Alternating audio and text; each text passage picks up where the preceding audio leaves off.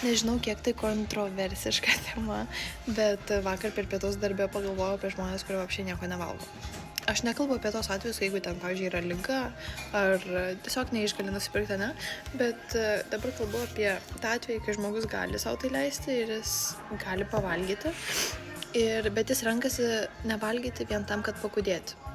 Man čia tokia nesąmonė, ta prasme, jeigu tu nori pakudėti, tai jau geriau susitvarkyk mitybą ir pradėk judėti. Ta prasme, labai paprasta. Gerai, tu, pavyzdžiui, negali ten susimokėti už džymą, sporto salę, ar ne?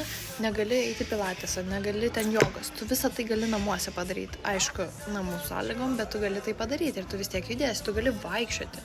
Tu gali paprasčiausiai atsilenkimus, pritupimus namuose daryti, ar ne?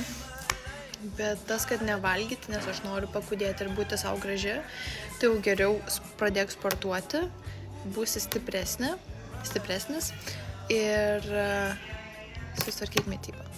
Ir nereikės savęs kankinti, kad aš čia dabar nevalgysiu, nes aš noriu būti kūda ir taip ir panašiai.